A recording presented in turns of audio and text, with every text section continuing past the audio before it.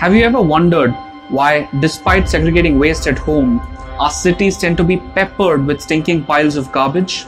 Well, here's why that happens. Despite about 75% of municipal wards achieving 100% door-to-door garbage collection, only 25% of the waste actually goes processed.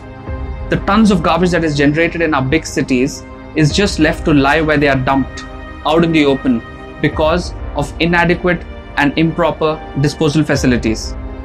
According to the reports based on the data released by the Ministry of Urban Affairs, almost all of the big states in the country process just about 10% of their garbage. Most of the untreated garbage ends up in landfills, which are already filled way beyond their capacity and end up polluting the natural resources from land to water to air. Smaller states like Chhattisgarh, Telangana and Goa do a better job, especially with Chhattisgarh treating about 74% of its garbage. But sadly, not a single state in the country has a 100% waste processing record. Some states are worse. Tamil Nadu processes less than 10% of its garbage, and J&K stands at a dismal 1%.